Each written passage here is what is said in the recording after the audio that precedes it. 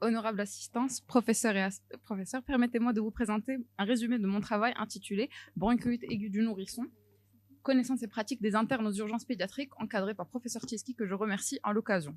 Pour ce faire, nous allons adopter le plan suivant. Nous commencerons par une brève introduction qui définira les objectifs de ce travail. Nous allons ensuite aborder la partie matérielle et méthode, présenter les principaux résultats avant d'entamer la discussion et enfin conclure. En guise d'introduction, la bronchiolite virale est une infection contagieuse du nourrisson. Elle représente un motif fréquent de consultation aux urgences pédiatriques. Elle a une évolution de mode épidémique durant la période automno-hivernale et représente une cause majeure d'hospitalisation, en plus d'être un problème de santé publique. Notre objectif était d'évaluer les connaissances et pratiques des internes effectuant des gardes aux urgences pédiatriques face aux bronchiolites virales. Pour ce faire, nous avons élaboré un questionnaire auto-administré, anonyme, partagé sur les réseaux sociaux avec comme public cible les internes effectuant des gardes aux urgences pédiatriques du CHR Hassan II Agadir. Nous avons ensuite recueilli des données afin d'en faire une analyse statistique. Nous avons pu colliger 87 réponses à notre questionnaire. Les répondants de notre enquête étaient majoritairement des femmes avec un pourcentage de 69%. Et parmi nos répondants, environ la moitié ont bénéficié d'un passage en pédiatrie durant leur internat. Pour ce qui est des éléments recherchés systématiquement à l'interrogatoire devant un nourrisson qui présentait une bronchiolite aiguë virale, il s'agissait principalement du syndrome de pénétration, le contagion viral récent, la prématurité, une cardiopathie congénitale sous-jacente et un terrain atopique et un reflux gastro-œsophagien. En ce qui concerne la saturation pulsée en O2, la quasi-totalité, à savoir 96,9% de nos répondants, ont rapporté prendre systématiquement la saturation chez les patients admis pour BAV.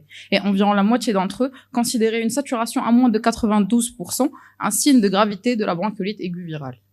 Quant aux examens complémentaires, une radiothorax a été demandée systématiquement devant tout tableau de bronchiolite aiguë virale par 29,9% de nos répondants.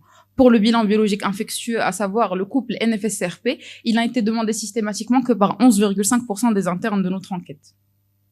Pour les critères qui font craindre une bronchiolite virale sévère, pour nos répondants, il s'agissait principalement de la cyanose, la sévérité des sites de lutte respiratoire à 97,7%, l'aspect toxique du nourrisson, ainsi que la prématurité comme terrain de vulnérabilité, tous les deux à 89,7%.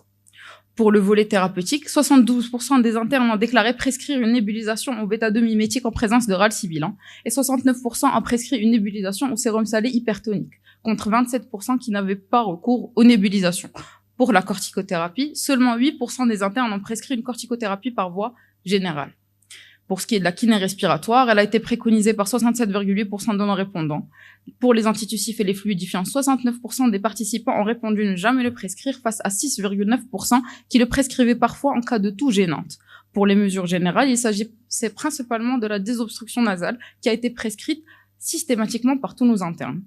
Concernant la prescription d'antibiotiques en cas de BAV, 17 de nos répondants à notre enquête, soit 14,9%, ont rapporté prescrire systématiquement des antibiotiques, avec comme molécule principale l'amoxicilline seule, suivie de l'association amoxicilline-acide clave et les macrolides. Et enfin, pour ce qui est sur l'information sur le traitement préventif, à savoir le pavlizumab et le nirsevimab, la majorité de nos répondants, à savoir 91,9% et 96,6%, en ignoraient l'existence. Donc, pour la discussion, nous allons discuter les résultats de notre enquête à la lumière des directives sur les bronchiolites aiguës du nourrisson émises par la Société marocaine d'infectiologie pédiatrique et de vaccinologie, la SOMIPEV, en décembre 2023. Les facteurs de risque retrouvés dans notre étude et dans les recommandations de la SOMIPEV étaient la prématurité, l'âge inférieur à 3 mois et la cardiopathie congénitale. On y retrouve aussi la maladie pulmonaire chronique, l'immunodéficience, la maladie neuromusculaire, le contexte socio-économique ne sont pas ressentis dans notre étude. Le diagnostic de la BAV est bien évidemment clinique. Cependant, il faut se méfier des diagnostics différentiels qu'il faut éliminer. Pour ce faire, les examens complémentaires selon les recommandations, la radio pulmonaire n'avait pas d'indication si la forme était typique. Bien sûr, elle reste indiquée en cas de doute diagnostique, d'aggravation clinique ou bien la récidive ou une évolution clinique traînante. Pour le bilan biologique, il n'avait pas d'indication dans les formes typiques habituelles. Pour la saturation pulsée, elle signait la gravité de 90 à 95% selon les guidelines, mais selon la SOMIPEV, elle est inférieure à 90% pour signer une BAV sévère.